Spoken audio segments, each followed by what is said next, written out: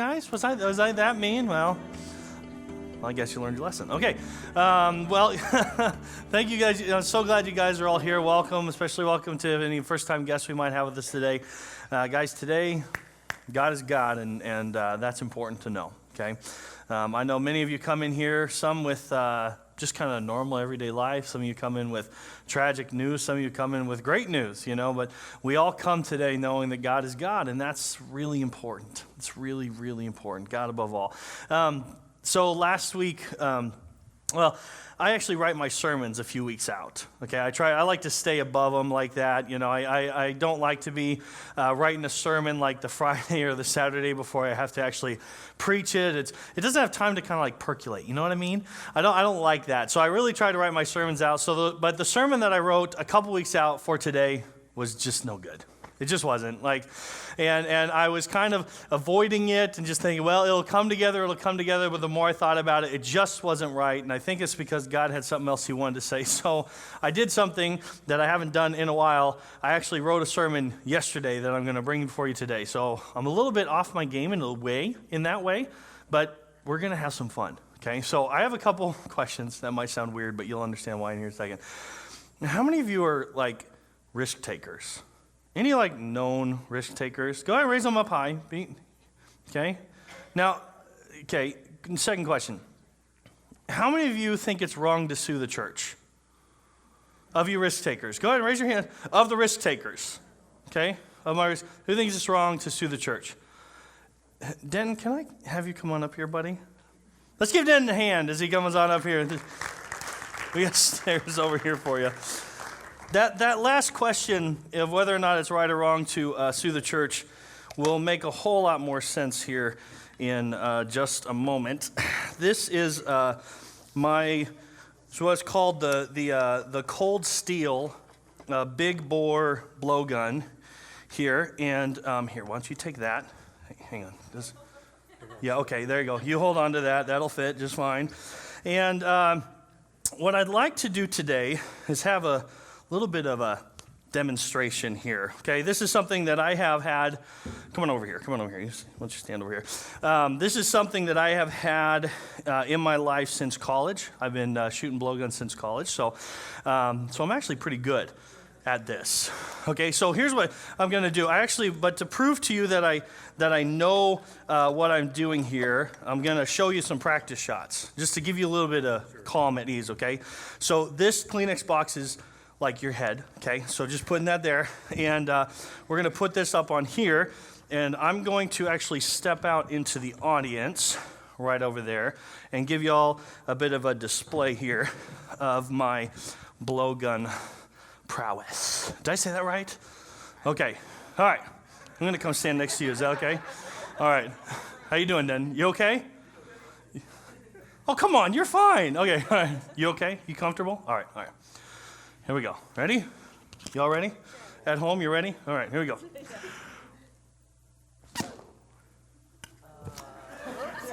That one got a little stuck. It's okay. We'll try this again. All right. Here we go. Oh, see, that one's already sliding through, so that one definitely won't get stuck. Here we go.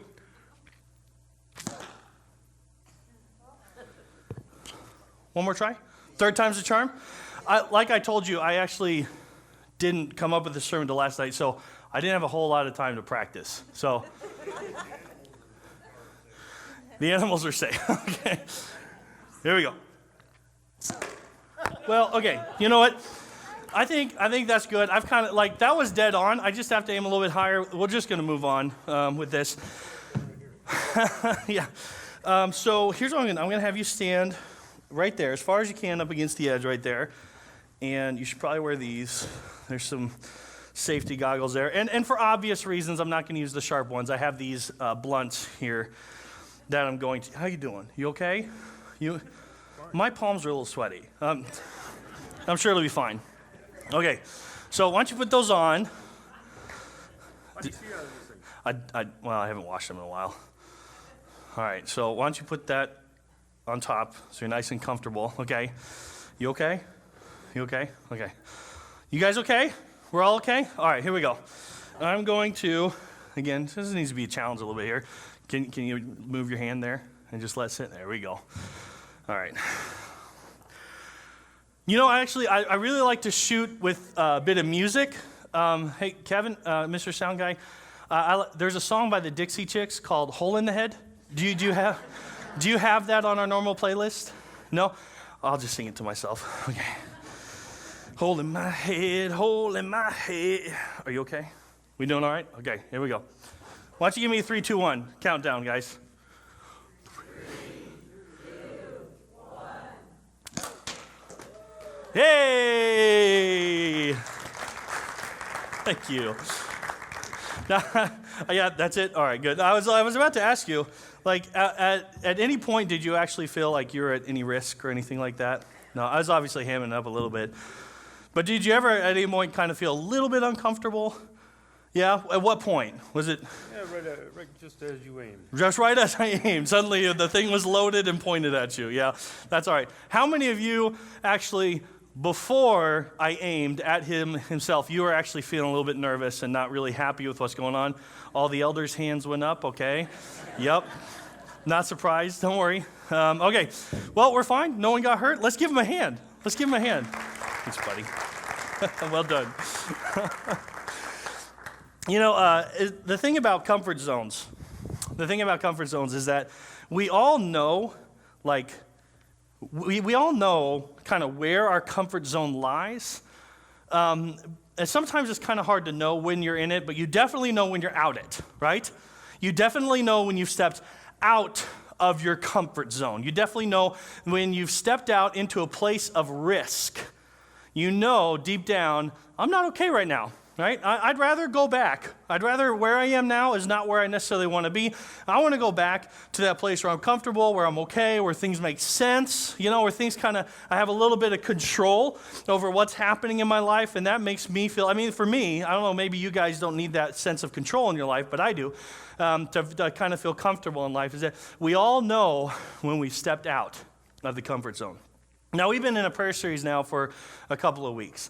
The first week we talked about the habit loop. Okay, practically, how are we going to spend time daily in our prayer? And honestly, this is kind of a big tester for us to see if our church actually desires to know God in our prayer life a little bit more. So we talked about setting up a practical habit, how you have to have the cue, the routine, and the reward, and how sticking to that habit, okay, sticking to this routine, okay, this cue, routine, and reward habit loop can help you set up practical steps, that we are creatures of habit. And so we talked about that the first week, to set up kind of a practical foundation of what it takes to be praying more often in our daily routine. Okay, and now if you missed that, these sermons are online. I would challenge you to go back and hear that sermon, because sometimes with best intentions, we just don't get the right thing done.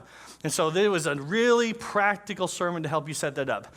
Last week, we talked about kind of more of a heart identity issue of knowing God as our Father, how good children are not afraid to talk to their Father. Right?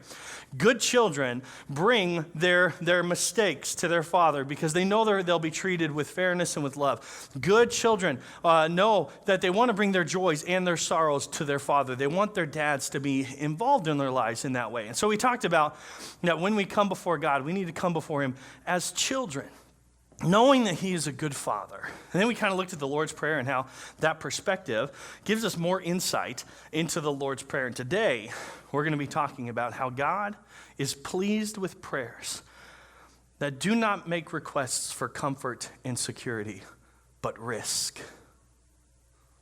God is pleased with prayers that do not seek out comfort and safety, but risk.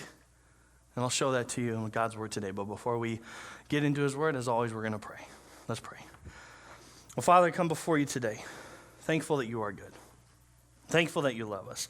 Thankful that you know us. Thankful that above all, you are God. You are a great Father. Father, I pray right now that your Spirit would run wild and free in this room. Lord God, that we would know that you are good. Father, that we would desire to have a relationship with you, God.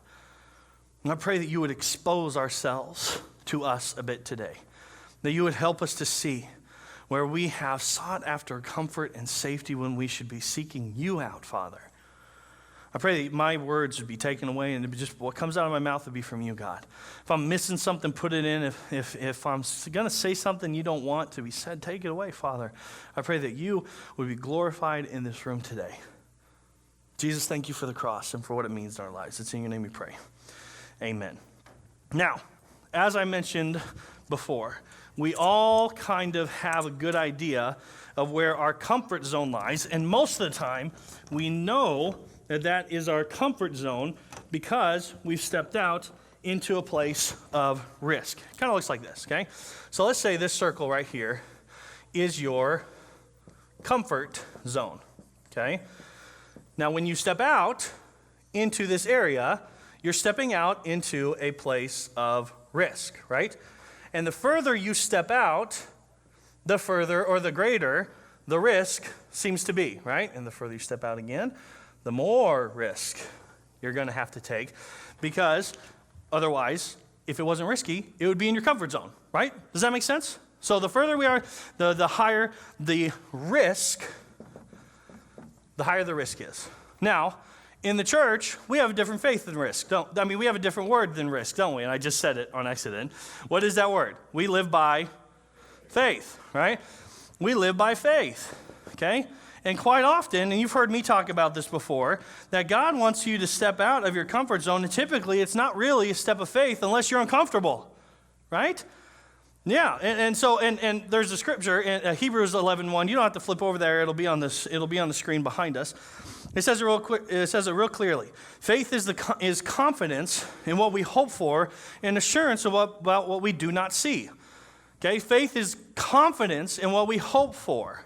Confidence in what we hope for, and assurance about what we do not see. Now, that do not see part is kind of critical in what I'm talking about here. Because I don't know about you, is it like in my comfort zone, in my place of safety and security to turn my lights off while I'm driving at night? But if you did that, you wouldn't be able to see, right? So maybe we should be practicing Christians and just, shut them off. And my car won't actually let me shut it off. So I'm kidding. I'm not endorsing that. That was a joke, right? But that kind of gives you the idea, right? So if faith is the assurance of what we hope for and assurance about what we cannot see, and because we cannot see it, typically what that brings to mind is it brings me out of my comfort zone, which brings me to risk, right? So faith, you can't really have faith without having risk. And there's another verse, if you go down a little bit, Hebrews 11 is just a great chapter where it talks about all the heroes of faith. But in verse 6, it says something really profound, something that Christians say a lot. Without faith, it's impossible to please God. Without faith, it is impossible to please God, because anyone who comes to him must believe that he exists and that he rewards those who earnestly seeks him. Now again, that earnestly seeking. Typically, if you want to follow God, who is really only pleased by faith, you have to move out of your comfort zone and you have to earnestly seek him in faith, right? Does that make sense? To follow after God typically is not in your comfort zone. Typically, you have to earnestly seek him, which means intentionality, which means a trust factor, which means stepping out of where I'm comfortable into faith. Okay, because it's impossible to please God without faith. Now, it's interesting, as you look at this, you can actually kind of reword that scripture a little bit. And without risk, it's impossible to please God. You ever thought about that before? Without risk. Because if there's no risk involved, can you actually call it faith? Or are you just sitting in your comfort zone? Because you can be risky in your comfort zone, right? But you can take risks that are comfortable. Denton didn't move a moment. I mean, did you see how I'm not scared. This wasn't necessarily out of his comfort zone to stand there, because he knew I was hamming it up and missing it, and he knew that, and he's probably like, well, if it hits me in the head, I'll be fine. I know Denton. That's the way he is. So even standing there letting someone point something at him, was still within his comfort zone. So you can feel like you're taking risks inside your comfort zone because you can still feel in control. But see, God calls us to live by faith. And it says that it is okay, say that word with me, impossible. It is impossible to please God without risk. It's impossible to please God without risk. Now, what does this have to do with prayer? right? What does this have to do with prayer? Here's what I've noticed about myself. I'll be the first one to say that I'm guilty of this. But it's also something I've grown up around Christians my whole life. There's something interesting that I've learned about Christians. When it comes to our prayer life, most of the time, my prayers are actually asking God to move everything back into the comfort zone, not out. Have you ever noticed that? In my prayer life, in your prayer life, when we come before God and we seek him out, most of the time, we are actually asking him to return us back to a place of comfort and security, not the other way around. And we just read, folks, that without faith, it is impossible to please God. I wonder if God is pleased with our prayers. I think God desires us in a big way, church, to start praying risky prayers. To start praying that God would remove us from our comfort zone, away, out into the faith zone, out into the risk zone. And he's got a great story in Nehemiah, okay? In Nehemiah, if you have your Bibles, go ahead and flip over there, because we're actually going to read the whole first chapter. Now, it's only like 11 verses, so it's not that long. We're going to read the whole first chapter and into the second chapter, about 8 verses in. And we're going to see how Nehemiah models us for us and did some amazing stuff. Now, Nehemiah, for those, just to give you a little bit of background, Nehemiah lived during the exile of the Jewish nation. Okay, the king of Persia was in charge at this point. Okay, and this was after, the Israelites, like King David and Solomon, they had this great big kingdom and everything was great. But then after King David, there was this split of the kingdom, and then they were at war with one another, and they constantly kept forgetting God. And then one king would be good and remember him and bring the nation back to him. But then most kings just completely ignored God and went to these other really gross and nasty gods. I mean, they were doing some really vile stuff, okay, following after these other false gods. And eventually God just had enough with it, and he said, okay, listen, I'm going to scatter you across the nations. He told them he was going to do it. In Deuteronomy, when Moses first took the nation out and set them up in their land, Moses wrote down in Deuteronomy that you will forget about me and I will scatter you among the nations. I will send you out into exile.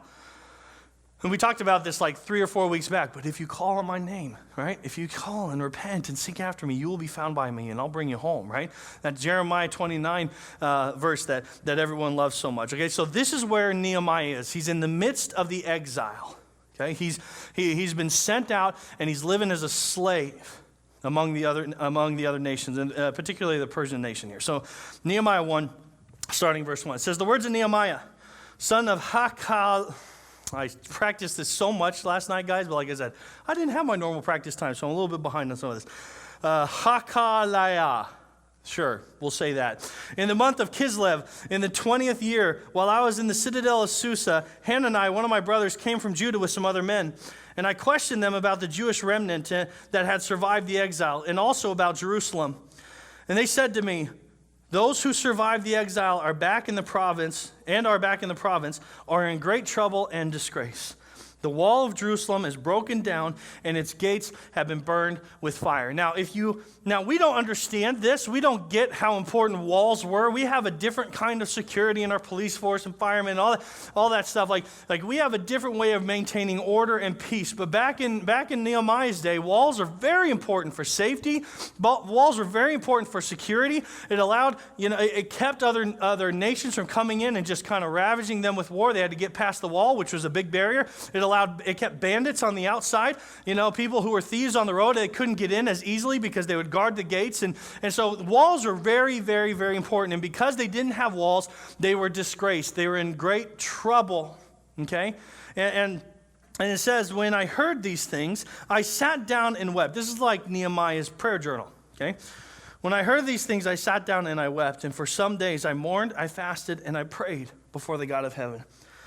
I said, Lord, the God of heaven, the great and awesome God who keeps his covenant of love with those who love him and keep his commandments, let your ear be attentive and your eyes be open to hear the prayer your servant is praying before you day and night for your servants, the people of Israel. I confess the sins of the Israelites, including myself and my father's family, have committed against you. We have acted very wickedly towards you. We have not obeyed the commands, decrees, and laws you gave your servant Moses. Remember the instruction you gave your servant Moses, saying, if you are unfaithful, I will scatter you among the nations. See, Nehemiah remembers that. Nehemiah knows what Moses wrote down in Deuteronomy. If you are unfaithful, I will scatter you among the nations. But if you return to me and obey my commands, then even in your exiled people are on the farthest horizon, I will gather them there from those places and bring them to the place that I have chosen as a dwelling for my name. They are your servants and your people, whom you have redeemed by your great strength and your mighty hand, Lord. Let your ear be attentive to the prayer of this your servant and to the prayer of your servants who delight in revering your name. Give your servant success today. So he's building up to something here, folks. Give your servant success today by granting him favor in the presence of this man. I was a cupbearer to the king. Now, the cupbearer thing, this is kind of like a little twist in the beginning of the story. Okay, this is where we find out that Nehemiah is not just some other guy that just wants to go back to build the walls of Jerusalem. Nehemiah is actually in the king's court. Now, he's basically, some people, you could actually kind of call him a glorified hamster or guinea pig, because it was his job to take the wine of the king and taste it before the king got to it to make sure it wasn't poisoned, right? And so basically it's like his life is forfeit if anyone tries to take the life of the king. However, this was a very common practice, and so trying to kill off a king, assassinate a king, that really wasn't the chosen way because they kind of covered that. But at the same time, this showed Nehemiah's position because out of all the people in the kingdom, Nehemiah was one of the very few that was trusted not to kill the king. Okay? One of the very few, because how easy would it be for a wine taster to be the one who drops in the poison? So this shows a level of trust between him and the king of Persia. That's important in understanding kind of what's coming in the rest of the story. Now, this is the second chapter. In the month of Nisan, in the 20th year of King Artaxerxes, when wine was brought for him, I took the wine and gave it to the king. I had not been sad in his presence before, so the king asked me, why does your face look so sad when you are not ill? This can be nothing but sadness of the heart, right? So the king is kind of, okay, so buddy, what's going on? Now, it seems like he's just saying, hey, buddy, what's going on? But another commentator kind of brought to light that this is actually kind of a scary moment for Nehemiah, okay? Because Nehemiah knows that he is acting out of character. And a king who's constantly trying to keep his life, trying to keep his life, right? I don't say keep his life alive, but you know what I mean. He's constantly on the lookout for anything that might come his way. And for his cupbearer to start suddenly acting very strangely, Nehemiah's life could have been forfeit in that moment simply because he looked weird and he wasn't acting like himself. Maybe in the minds of the king, feeling really guilty for something he's about to do, right? Or maybe his life is being threatened by someone else unless he does what they want. See, that if you're a king, this is what you're thinking. Now listen to what Nehemiah says. He says, I was very much afraid. Let's not take those words lightly, okay? This isn't like just a novel let's try to feel that for him. I was very much afraid. He knows he is on thin ice here, okay? And we know that the kings of this day could be very, very harsh. I mean, Esther, the whole story of Esther, right? Esther was in the exile, and she could have lost her life simply because she spoke out of term. When the king didn't invite her, just for showing up as the wife of the king, she could have been killed, right? So he says, I was very much afraid. Yeah, I would be too. But I said to the king, may the king live forever. Why should my face not look sad when the city where my ancestors are buried lies in ruins and its gates have been destroyed with fire? Another scary moment, because where Jerusalem lies is under where the king is in charge. Okay, the king's in charge of all this stuff. So where Jerusalem lies, the king's got say of what's going on. So here now Nehemiah's coming to the king and saying, you're not doing a good job. Okay, you're not doing a good job. Many people have been killed for much less, right? Now, the king said to me, what do you want? And I prayed to the God of heaven, stop right there. Do not ever, when you're reading through Nehemiah, do not ever stop, just glance over what just happened right there, okay? In the midst of his time of being afraid, in the midst of his conversation, Nehemiah is talking to God. Do you see that? In the midst of a conversation with someone when his life could be forfeit for what he is saying or how he is acting, he is speaking to God. Talk about a guy who's constantly connected to God. It says he stopped and he prayed. That's important, okay? That's really important for what we're getting at today. Then I prayed to the God of heaven. And then the king and the queen, he said, and then I answered the king, if it pleases the king, if your servant has found favor in his sight, let him send me to the city of Judah, where my ancestors are buried, so that I can rebuild it. Then the king and the queen sitting beside me asked me, how long will your journey take, and when will you get back? It pleased the king to send me, so I set a time. Also, check this out. This just shows how awesome Nehemiah is. Then I also said, if it pleases the king, may I have letters to the governors of Trans-Euphrates, so that they will provide me safe conduct until I arrive. And may I have a letter to Asaph, keeper of the royal park, so that he will give me timber to make beams for the gates of the citadel, by the temple, and for the city wall, and for the residence that I will occupy. And because the gracious hand of my God was upon me, the king granted my request. So here we have Nehemiah, okay, in a pretty great job. It is a good place to be one of the few people that's actually trusted by the king, right? It's a good place to be. Okay, the cupbearer had a good job. Okay, the cupbearer was probably paid pretty well. The cupbearer probably lived in the king's palace and probably had all the amenities that comes with that, right? He was living a good life. When it comes to being a slave, or a child that came from a slave's family, from the exiles, he is in a pretty grand position. But as he prays, he asks God to send him away from that comfort zone. And before he goes into a very, very scary, very uncomfortable, you want to talk about risk, coming before the king, the way that he came before him, coming before the king, basically saying you're not doing a good enough job, and then having the guts to say, also, will you pay for it all? Let's talk about risk, right? He was way out here on the risk thing. Well, that's because he had spent his time. Did you see he was building up to this? God, give me success. Because he wasn't stepping out into risk. In his mind, what was he stepping out into? It was faith. It was faith. And you notice that his prayers were not directing him back towards comfort. His prayers were saying, God, take me away. Take me where you want me to go. Send me, God. Send me. Yeah, this is a good life. This is the comfy life. This is a secure life. But send me away. You notice how he said, I need you to tell me that I'm going to have safe passage. That's because this place was not safe.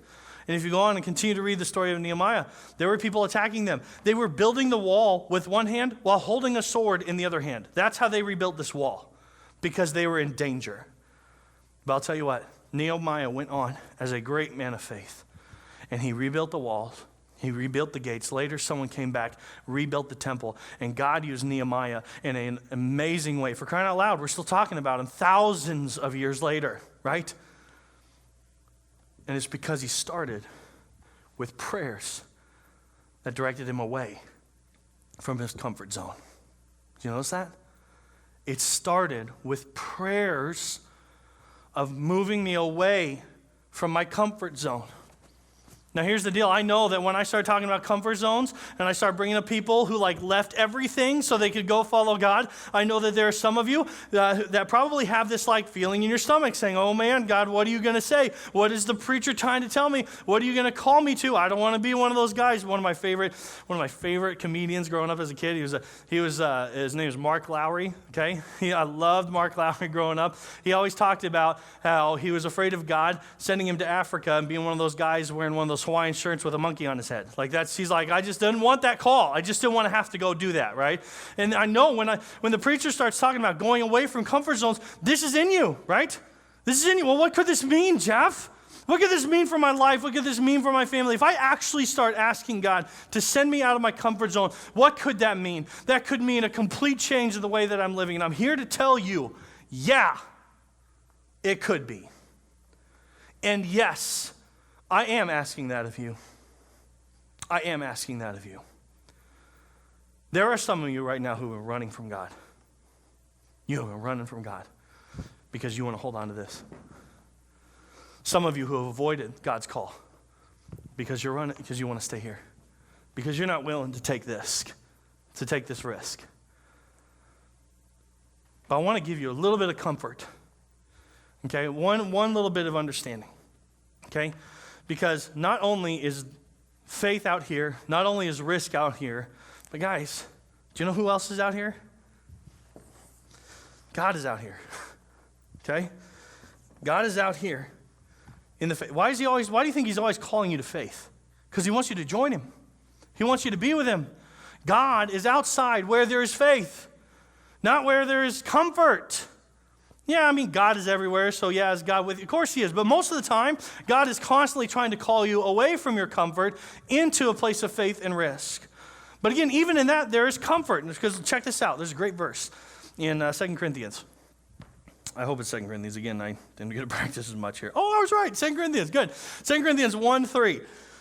2 Corinthians 1:3. It says, praise be to God, the Father of our Lord Jesus Christ. Listen to this. The Father of compassion. We'll come back to that. The Father of compassion and the God of all comfort. So here, God is the God of our comfort. Right? And then Jesus, in John 14, verse 14 through 16, in a prophecy about sending us the Holy Spirit, listen to what he says. He says, you may ask for me in anything in my name, and I will do it. If you love me, keep my commands. I will ask the Father, and he will give you another advocate to help you and be with you forever. Now, this God sending an advocate, in the NIV we call it advocate. In the King James, though, what they call it? The comforter, the helper, the advocate. This is Jesus' promise that he's going to send the Holy Spirit who will be your comfort. And so here's what's interesting, is that when God calls you out into a place of faith or a place of risk, he's calling you to come be with him in a new comfort zone. Because God is the God of all comfort. And so if you come and join him out in the faith, he's actually calling you. He's not calling you into a place where you're going to be afraid all the time and scared all the time and deal with all this stuff. No. He's just calling you to a different place of comfort. Because he is the God of all comfort. He is the compassionate, loving Father, which we talked about, right? And so when he calls us out of our comfort zone, guys, you can trust him. He's just calling you to a different level of comfort. And what's interesting, I have found, when I have said yes to Jesus, when I've said yes to God, and I've moved away from my comfort zone, I looked back to this comfort zone. You know what I typically see? It's the world. It's just the world. And you and I have not been called to live in the world, have we? You and I have not been called to satisfaction. We've been called to hunger, right? We have not been called to live in the world. And what's interesting is so often we're so afraid of going out into the risk and going out and taking steps of faith because we want to hold on to the world and what this world can offer us and the safety and security and the comforts that really this world provides. But God is calling you to him. God is calling you to him. Guys, don't say no to a call of faith because you're afraid of losing something and you actually end up losing what God has for you out here. Don't say no to God because you're worried about what you could lose in here, because what you're really losing is what he has for you over here. Guys, you know who else is out here? You know who else is sitting out here? The lost, the needy, the hurting.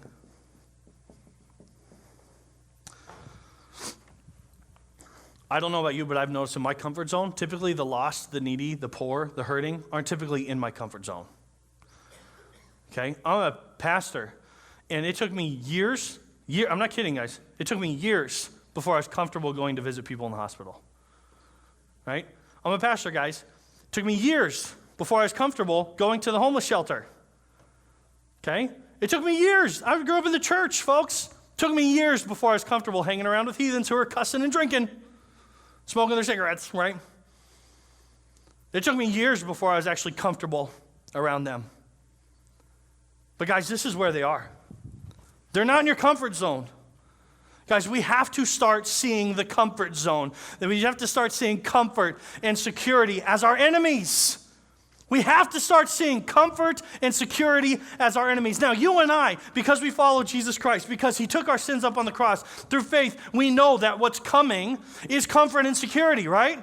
We know that after this life is done, you and I for eternity are going to be able to experience that comfort and eternal security. But guys, in this life, people are still dying in their sin. In this life, there are children who are dying every day because they don't have clean water, because they don't have access to medicine that we have that could save their lives. In this life, people don't know their good Father. In this life, they don't know their good Father. And so in this life, comfort and security is our enemy. Because if you want to know where was Jesus when he was on this earth? Was he in his comfort zone? What was he here with them? He was here with them, wasn't he? You know it. Who did he hang out with? He hung out with the broke, the sick, the sinners, right? That's who he hung out with. So if you want to follow God, you got to take the faith, steps of faith, which means stepping out into risk. But how do we do this? Well, it all starts with prayers that start directing us out of our comfort zone, just like Nehemiah. This all starts when you and I daily start saying, okay, God, not what I want, but what you want. Okay, God, this is where I'm comfortable, but I want you to move me out of that and help me to be where you are. So often, have you ever noticed how often we ask God to be with us, God be with us, God be with them, God go there? He's already there, right? I think it's about time we start saying, God, take us to where you are. So how many of you brought your prayer journals? Wave them, show them. Much better, much better. How many of you are using them? You using them? Good. Okay, just for the record, some of you, like this, just for the record, this is my prayer journal. I've been keeping a prayer journal for a while, okay? It's just in an Evernote here, okay? So you can, when I say who brought your prayer journals, I want to give you another chance to be like, well, dude, I pray every day. Yeah, and I write it down. Good. You can raise your hand if you don't have it. Go ahead. Everyone, who's doing it? I want to see it. Raise up your hand. I want to know. Because my goal is by the end of this sucker, all of you are doing it. Do you hear me? I'm coming after you. I want you all to do this. Do you know why? Because God has called our church to be like Jesus. Okay, and I think that some of our problem is the fact that we get comfortable, we get secure, and we keep asking God to return us to a place of comfort. And so what I want you all to do, those of you who have your journal with you right now, maybe you don't have a pen with you, that's okay, but by the end of the day, there's something I want you to write in that prayer journal. That's why I told you to bring it back, because we're actually going to do stuff with it. I'm going to have you add things to your prayer journal on Sunday morning. So again, next week, bring your prayer journal, okay? We're going to add things to that sucker, okay? Here's what I want you to pray. And every day this week, here's what I want you to pray. I want you to pray, God, take me out of my comfort zone. God, help me to be where you are, not where I want to be. I want you to pray that prayer every single day. Okay? God, take me out of my comfort zone. Maybe it'll help you to aim. Okay, God, take me to where you are. Or, God, take me to the lost, the needy, and the hurting. That is a risky prayer. God, help me to make an impact on the lost, the needy, and the hurting. Okay? You start praying that prayer, and you will start to see doors opening. Because God is constantly on the lookout. His eyes are constantly seeking for those who truly desire to be like him. And when those children of his actually speak these words, God, I want to be where you are.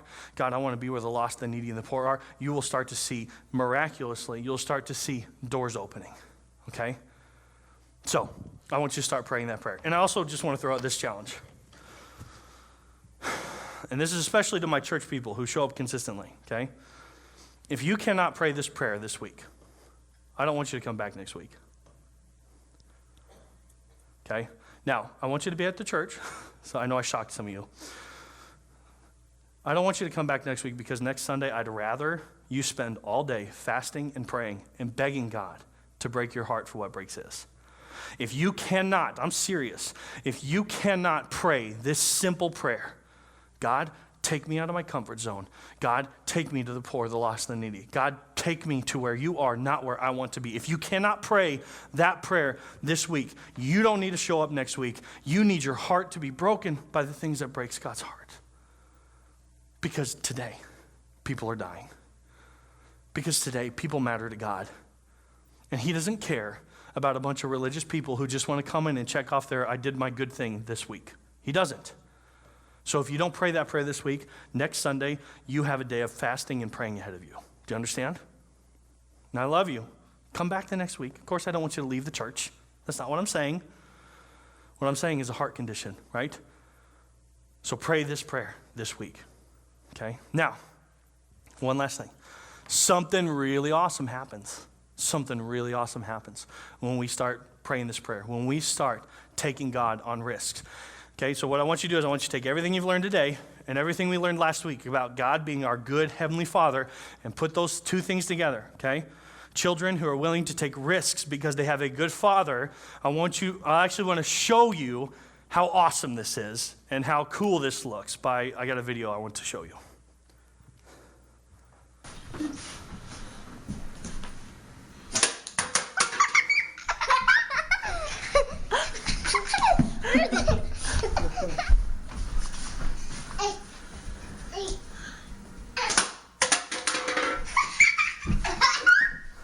Show mommy the can. What did it do to the can? Did Daddy shoot the can on your head? I want to do that again. That was awesome. Guys, so many of us are afraid to be in the comfort zone.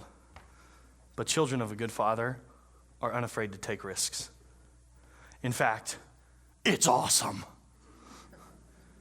Not only do they have no hesitation walking into risk. Children of a good God have no hesitation walking into risk because they have complete 100% faith and dependency upon their good father. And when a child who has 100% faith and dependency upon God goes out into the risk, it is not scary. There is nothing to be afraid of. It is only awesome.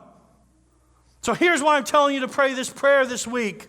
Because I want you to experience the amazing things that come with following God into faith, things that you will not see in the world.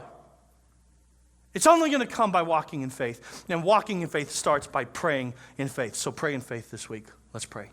Father, thank you for this day. Thank you for your word.